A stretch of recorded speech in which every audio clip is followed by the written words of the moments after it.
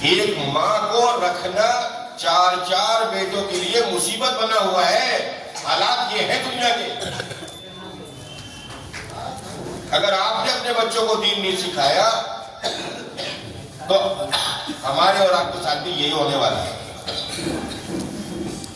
اس لیے نیت کرو انشاءاللہ تعالی. ہمارے حضرت تشریف لا رہے ہیں، راستے میں ہیں. آج اصل میں تھوڑا سا مسئلہ یہ ہو گیا ہے کہ وہ ان کا تہوار ہے.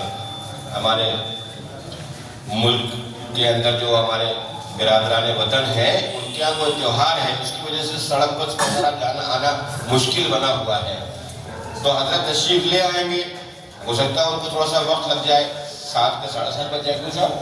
تو الحمدللہ ہمارا یہ پروگرام چل رہا ہے. مفتی صاحب ہمارے تشریف فرما ہے یہاں پر. میں نے تھوڑی سی بات آپ کے سامنے عرض کر دی. آپ حضرات اس کی فکر کرو کہ میں اپنے بچوں کو دین کا علم سکھانے کی فکر کریں گے، اور اپنے محلے کے اندر اس کی تشکیلیں کرو کہ ہمارے یہاں کے بچے مدرسوں کے اندر پڑھ کر فارغ ہوں. ورنہ ملازموں سے پڑھ کر بہت لوگ فارغ ہیں. جو مجہول قرآن پڑھتے ہیں وہ بہت سارے ہیں ایسے جن کو معروف کے بارے میں پتہ نہیں ہے کہ قرآن معروف پڑھنا چاہیے،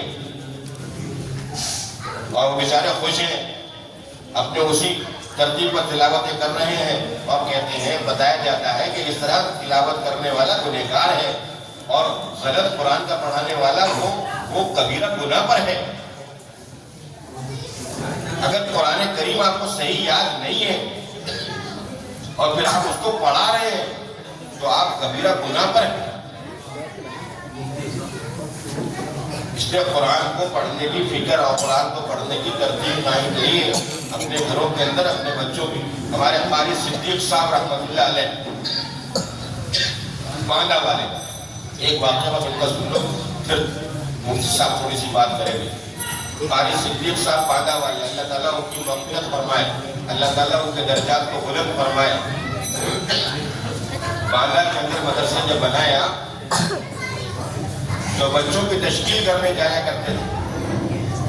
بچوں کی تشکیل کرنے جایا کرتے تھے کہ بھئی اپنے بچوں کو ذرا ہمارے مدرسے میں پڑھنے کے لیے بھیج دو.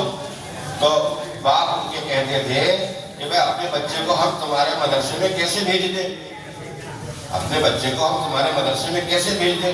ہمارا بچہ تو صبح سے شام تک 100 روپے کی مزدوری کر کے لاتا ہے،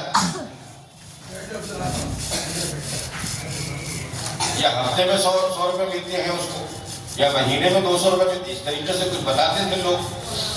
تو حضرت فرمایا کرتے تھے کہ پیسے ہم سے لے لو، بچہ ہمیں پڑھانے کے لیے دے دو.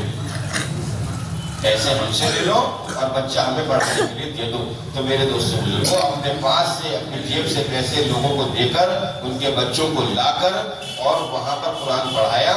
جا کر دیکھ کر آؤ. باندہ شہر کے اندر ایک علاقہ ہے، جنگل کے اندر ایک علاقہ ہے. اس علاقے کے اندر اللہ تعالیٰ نے ایسی فضا قائم کری ہے مدرسے کی، اور ایسا پیارا نورانی ماحول ہے.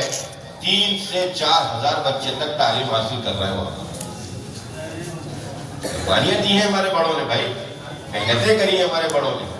تو کہیں جا کر یہ نظر آ رہا ہے، سروں پر ٹوپیاں، چہروں پر داڑیاں